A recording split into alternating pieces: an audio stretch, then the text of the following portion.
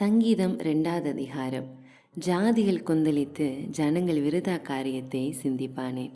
கர்த்தருக்கு விரோதமாகவும் அவர் அபிஷேகம் பண்ணினவருக்கு விரோதமாகவும் பூமியின் ராஜாக்கள் எழும்பி நின்று அதிகாரிகள் ஏகமாய் ஆலோசனை பண்ணி அவர்கள் கட்டுகளை அறுத்து அவர்கள் கயிறுகளை நம்மை விட்டு எறிந்து போடுவோம் என்கிறார்கள்.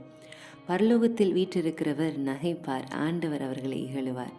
அப்பொழுது அவர் தமது கோபத்திலே அவர்களோட பேசி தமது உக்கிரத்திலே அவர்களை கலங்க பண்ணுவார்.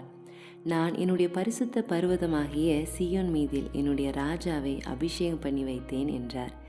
தீர்மானத்தின் விவரம் சொல்லுவேன். கர்த்தர் என்னை நோக்கி, நீர் என்னுடைய குமாரன், இன்று நான் உம்மை ஜெனிப்பித்தேன்.